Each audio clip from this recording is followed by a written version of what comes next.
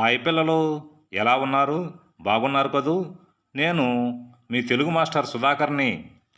పిల్లలు, మనందరికీ ఆటలు పాటలు అంటే చాలా ఇష్టం కదూ? అయితే 5వ తరగతి తెలుగు తోటలోని అంతరించిపోతున్నటువంటి జానపద కళ అయిన తోలుబొమ్మలాట అనే పాఠ్యాంశం గురించి నేర్చుకుందాం. అయితే ముందుగా పాఠ్యాంశంలోని ముఖ్యాంశాల గురించి పరిశీలిద్దామా? పాఠ్యాంశంలోని ముఖ్యాంశాలు: చిత్రం చూడండి, ఆలోచించి మాట్లాడండి, కవి పరిచయం, పాఠ్యాంశము, పదాలు, అర్థాలు. పిల్లలు, మనం పాఠ్యాంశంలోని ముఖ్యాంశాల గురించి తెలుసుకున్నాం కదా. ఇప్పుడు అభ్యసన లక్ష్యాల గురించి నేర్చుకుందాం. అభ్యసన లక్ష్యాలు: చిత్రాన్ని చూసి అక్కడ ప్రదర్శిస్తున్న జానపద కళ గురించి మాట్లాడతారు. కవి రామకృష్ణ గారి గురించి తెలుసుకుంటారు. తోలుబొమ్మలు తయారీ విధానం గురించి తెలుసుకుంటారు. వివిధ జానపద కళారూపాల గురించి తెలుసుకుంటారు. పాఠ్యాంశాన్ని సొంత మాటల్లో చెప్పగలరు, రాయగలరు. పాఠ్యాంశంలోని కఠిన పదాలకు అర్థాలు తెలుసుకుంటారు. పిల్లలు, ఇప్పటివరకు మనం పాఠ్యాంశం పూర్తయ్యేసరికి సాధించవలసినటువంటి అభ్యసన లక్ష్యాల గురించి తెలుసుకున్నాం కదా. మరి ఇప్పుడు చిత్రం చూడండి, ఆలోచించి మాట్లాడండి గురించి నేర్చుకుందాం. పిల్లలు, ఈ చిత్రాన్ని గమనించండి. గమనిస్తున్నారు కదా. ఈ చిత్రంలో ముగ్గురు వ్యక్తులు ఉన్నారు. ఈ ముగ్గురు వ్యక్తులు ఏదో ప్రదర్శన ఇస్తున్నట్లు ఉంది కదా. ఈ ప్రదర్శన సన్నివేశమే బుర్రకథ. ముగ్గురు వ్యక్తులలో మధ్యలో ఉన్న వ్యక్తి కథకుడు. అంటే అతను కథ చెప్తూ ఉంటాడు. అతనికి కుడివైపు ఉన్న వ్యక్తి రాజకీయం చేస్తాడు. ఎడమవైపు ఉన్న వ్యక్తి హాస్యం చేస్తాడు. వీరు ముగ్గురు కథను చెప్పేటప్పుడు పల్లె పదాలు వాడటం, వంత హాస్యాలు పాడటం, మంచి మంచి కథానికలు తీసుకోవడం, వీటన్నిటిని కలుపుకొని సరదాగా సాగిపోయేదే మన యొక్క బుర్రకథ.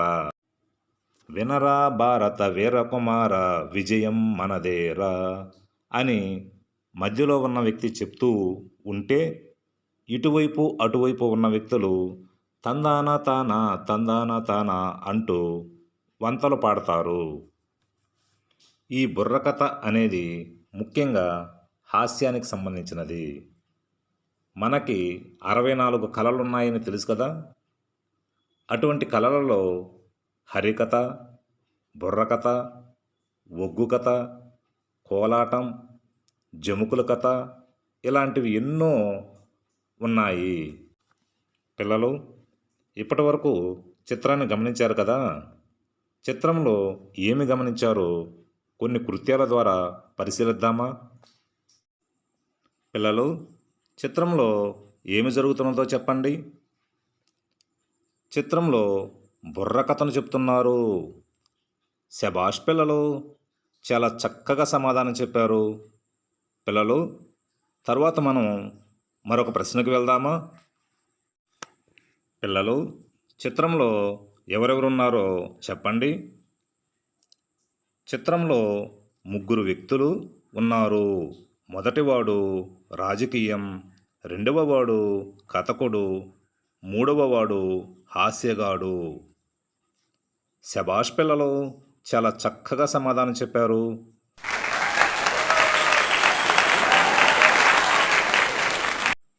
పిల్లలు, మరి తరువాత ప్రశ్నకు వెళ్దామా. పిల్లలు, ఇలాంటి ప్రదర్శనలు ఇంకా మీరు ఏమేమి చూశారో చెప్పండి. హరికథ, గంగిరెద్దులాట, కోలాటం, పులివేషం చూశాము. శభాష్ పిల్లలు, చాలా చక్కగా సమాధానం చెప్పారు.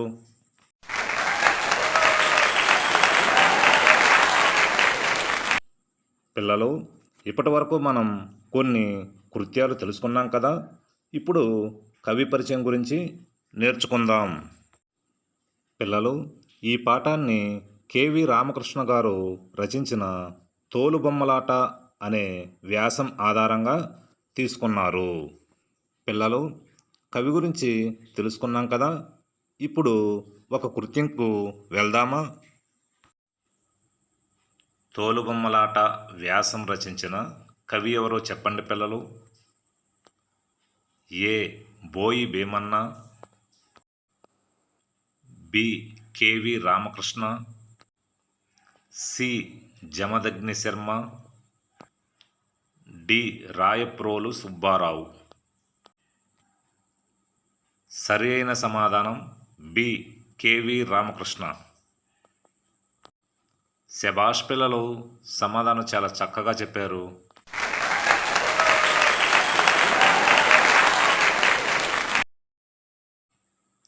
పిల్లలు, ఇప్పటి వరకు మనం కవి గురించి ఒక కృత్యం నేర్చుకున్నాం కదా. ఇప్పుడు పాఠ్యాంశం నేర్చుకుందామా? పిల్లలు, మీరు ఎప్పుడైనా తోలుబొమ్మలాట గురించి విన్నారా?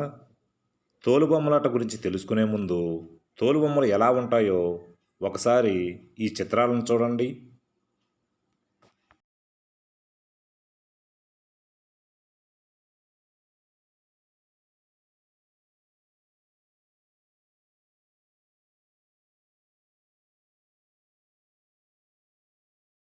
చూశారు కదా పిల్లలు, ఈ బొమ్మలతో ఆడించే ఆటనే తోలుబొమ్మలాట అంటారు.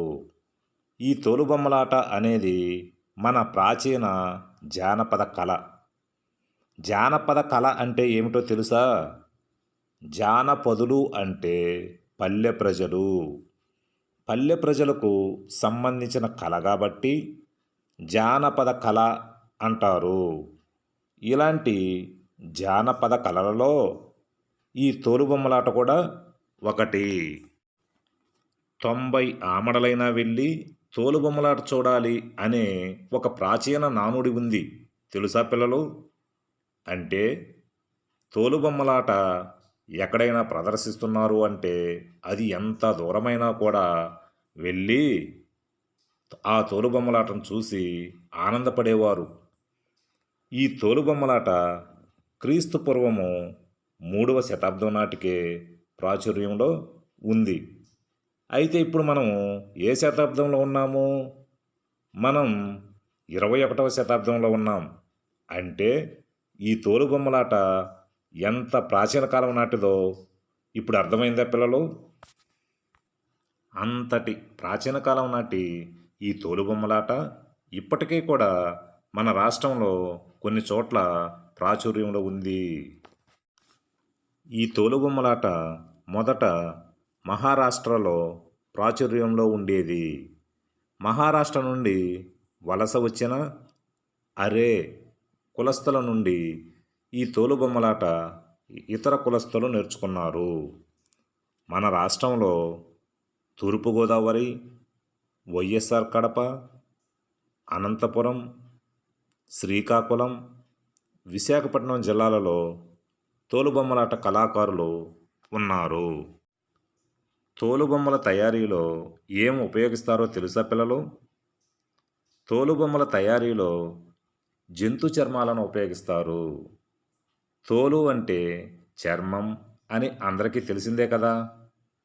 తోలుతో తయారు చేసిన బొమ్మలు కాబట్టి వీటికి తోలుబొమ్మలు అనే పేరు. తోలుతో తయారు చేసిన బొమ్మలతో ఆట ఆడిస్తారు కాబట్టి దీనిని తోలుబొమ్మలాట అని అంటారు. తోలుబొమ్మల తయారీలో జంతు చర్మాలను ఉపయోగించటం వలన అవి అన్ని కాలాలకు అనుకూలంగా ఉంటాయి. అంటే వర్షాకాలమైనా, వేసవికాలమైనా, శీతాకాలమైనా కూడా ఇవి పాడైపోకుండా ఉంటాయి.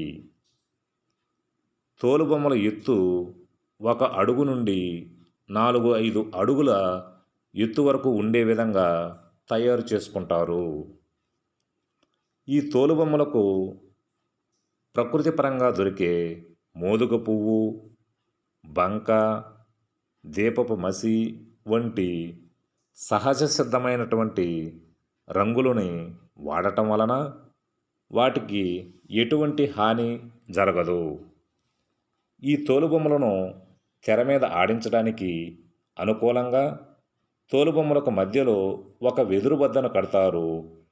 ఈ వెదురు బద్ద ఉండటం వలన తోలుబొమ్మలను ఆడించడానికి అనుకూలంగా ఉంటుంది. పిల్లలు, మనం సినిమా హాల్లో సినిమా చూడాలంటే మనకు హాలులో ముందు వైపున ఒక తెర ఉంటుంది కదా, అలాగే తోలుబొమ్మలాట ప్రదర్శనకు కూడా ఒక తెర అవసరం. అయితే ఈ తోలుబొమ్మలాట ప్రదర్శనకు 3 వైపులా మూసి ఉన్న పందిరి వేస్తారు.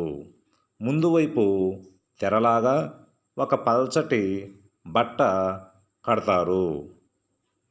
పిల్లలు, ఈ చిత్రంలో చూడండి, ఒక వ్యక్తి తెర వెనుక తన చేతి వ్రేళ్లతో ఆడిస్తూ ఉంటే తెర ముందు ప్రేక్షకులు చూస్తూ ఉన్నారు.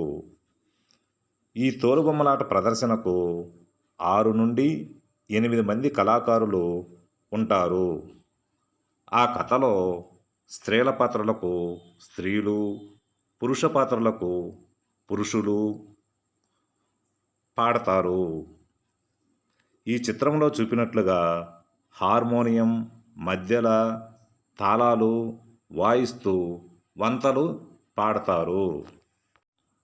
ఈ తోలుబొమ్మలాటలలో చెప్పే కథలలో భాగవత, రామాయణం లాంటి ఇతిహాసాల నుండి ఎక్కువగా భక్త ప్రహ్లాద, సావిత్రి, శ్రీకృష్ణ లీలలు మొదలైనటువంటి కథలను 3 రోజుల పాటు ప్రదర్శిస్తారు.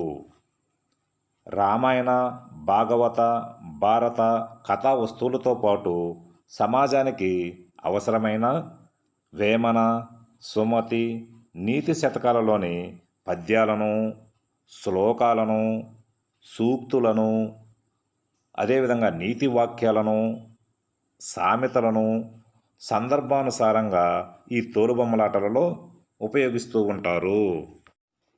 పిల్లలు, ఏదైనా ఒక కార్యక్రమం మొదలయ్యే ముందు ప్రార్థన చేస్తుంటారు కదూ. మన బడిలో కూడా పాఠశాల ప్రారంభం అయ్యే ముందు ఉదయాన్నే ప్రార్థన చేస్తాం కదా. అలాగే తోలుబొమ్మలాట కథ ప్రారంభానికి ముందు కూడా ఒక ప్రార్థన చేస్తారు. ఏ ప్రార్థన చేస్తారు? తోలుబొమ్మలాట ప్రారంభం అయ్యే ముందు గణపతి ప్రార్థన చేస్తారు. ప్రార్థన చేసిన తరువాత కథను ప్రదర్శించటం మొదలెడతారు. అయితే ఈ తోలుబొమ్మలాటలో కథ ప్రదర్శన అనేది నాటరాగంతో మొదలవుతుంది. చివరిగా సురభి రాగంతో ప్రదర్శనను ముగించటం జరుగుతుంది.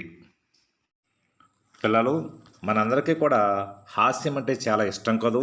మనం సినిమాలలో కూడా రకరకాలైనటువంటి హాస్య పాత్రలు వచ్చినప్పుడు మనం ఎంతో ఆనందంగా నవ్వుకుంటూ ఉంటాం.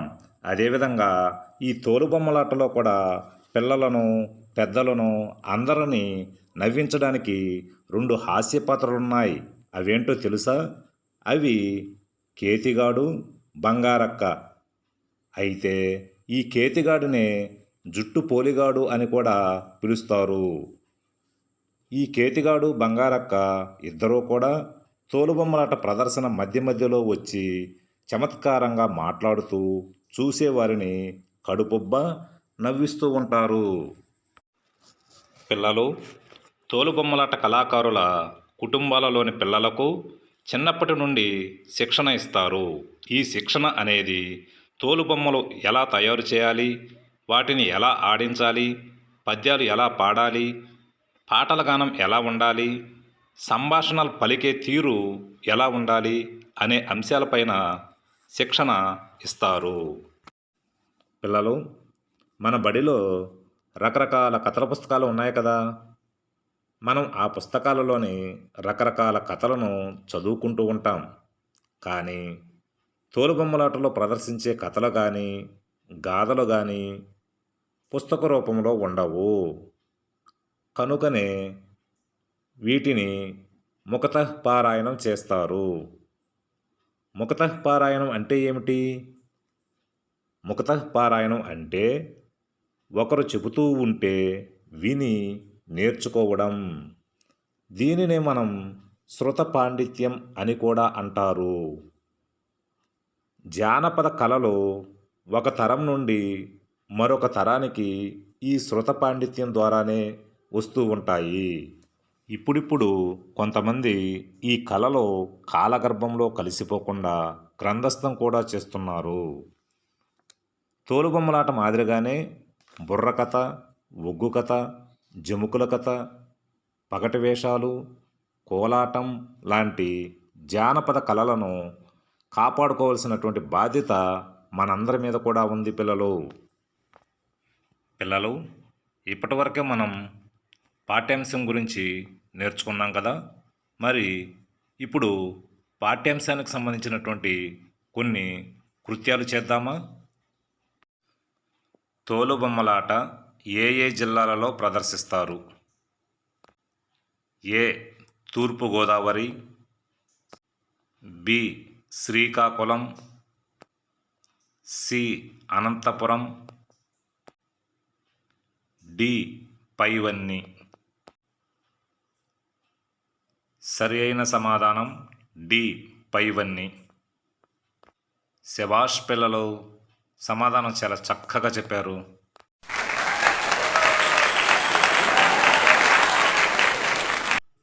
పిల్లలు, సమాధానం చాలా చక్కగా చెప్పారు కదా. మరొక కృత్యానికి వెళ్దామా? తోలుబొమ్మల తయారీలో వాడే రంగులు ఏవో చెప్పండి పిల్లలు. ఏ. మోదుగ పువ్వు, బి. దీపపు మసి, సి. బంక, డి. పైవన్నీ. సరి అయిన సమాధానం డి. పైవన్నీ. శభాష్ పిల్లలు, చాలా చక్కగా సమాధానం చెప్పారు.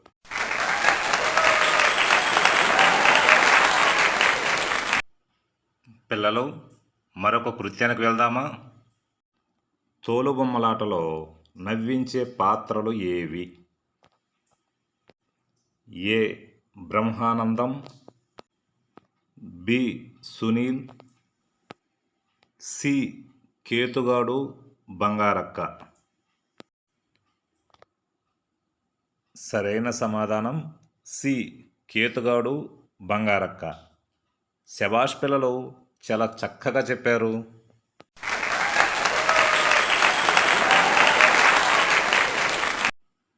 పిల్లలు, సమాధానం చక్కగా చెప్పారు.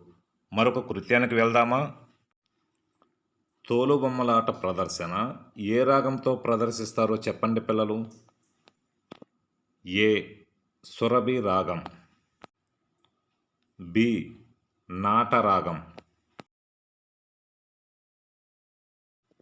సరి అయిన సమాధానం బి. నాటరాగం.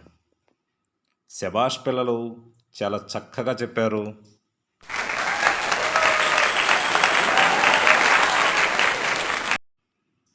పిల్లలు, సమాధానం చాలా చక్కగా చెప్పారు. మరొక కృత్యానికి వెళ్దామా?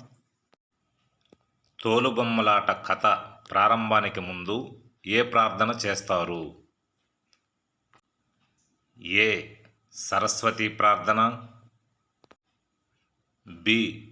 గణపతి ప్రార్థన, సి. వందే మాతరం. సరి అయిన సమాధానం బి. గణపతి ప్రార్థన. శభాష్ పిల్లలు, సమాధానం చాలా చక్కగా చెప్పారు.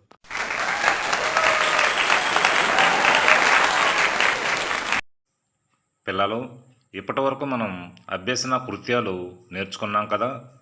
ఇప్పుడు పాఠంలోని పదాలు, అర్థాలు గురించి నేర్చుకుందాం. పదాలు, అర్థాలు. ప్రాచీన అంటే పురాతన. ప్రాముఖ్యం అంటే ప్రాధాన్యం. ఆమడ అనగా 8 మైళ్ళ దూరం. శతాబ్దం అంటే 100 సంవత్సరాలు. నానుడి అనగా వాడుకగా అనే మాట. తర్ఫీదు అంటే శిక్షణ. రక్తి కట్టడం అంటే అలరించడం. శృత పాండిత్యం అనగా వినడం ద్వారా నేర్చుకోవడం. చమత్కారం అంటే నేర్పు. పారాయణం అనగా శ్రద్ధగా చదవడం. పిల్లలు, ఇప్పటి వరకు కఠిన పదాలు అర్థాలు తెలుసుకున్నాం కదా. ఇప్పుడు అర్థాలకు సంబంధించి కొన్ని కృత్యాలు చూద్దామా. తర్ఫీదు అనగా అర్థం ఏమిటి? ఏ నేర్పు, బి అలరించడం, సి శిక్షణ. సరి అయిన సమాధానం సి శిక్షణ. శభాష్ పిల్లలు, చాలా చక్కగా సమాధానం చెప్పారు.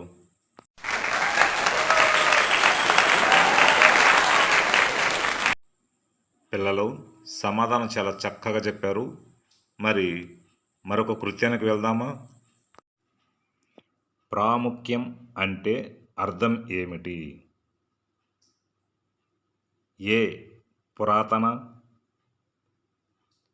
బి అలరించడం, సి ప్రాధాన్యం, డి ఏదీ కాదు. సరి అయిన సమాధానం సి ప్రాధాన్యం. శభాష్ పిల్లలు, సమాధానం చాలా చక్కగా చెప్పారు.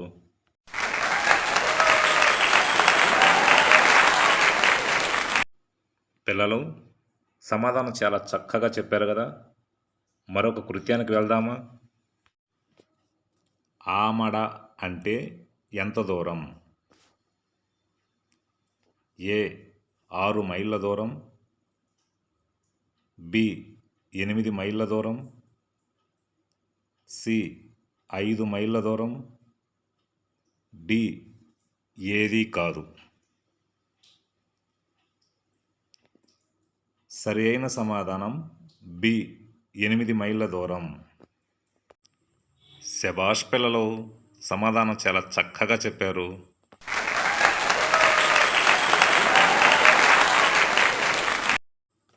పిల్లలు, ఇప్పటి వరకు మనం కొన్ని కృత్యాలు చేసాం కదా. ఇప్పుడు మనం ఇప్పటి వరకు నేర్చుకున్నటువంటి అంశాలను ఒకసారి పరిశీలిద్దామా.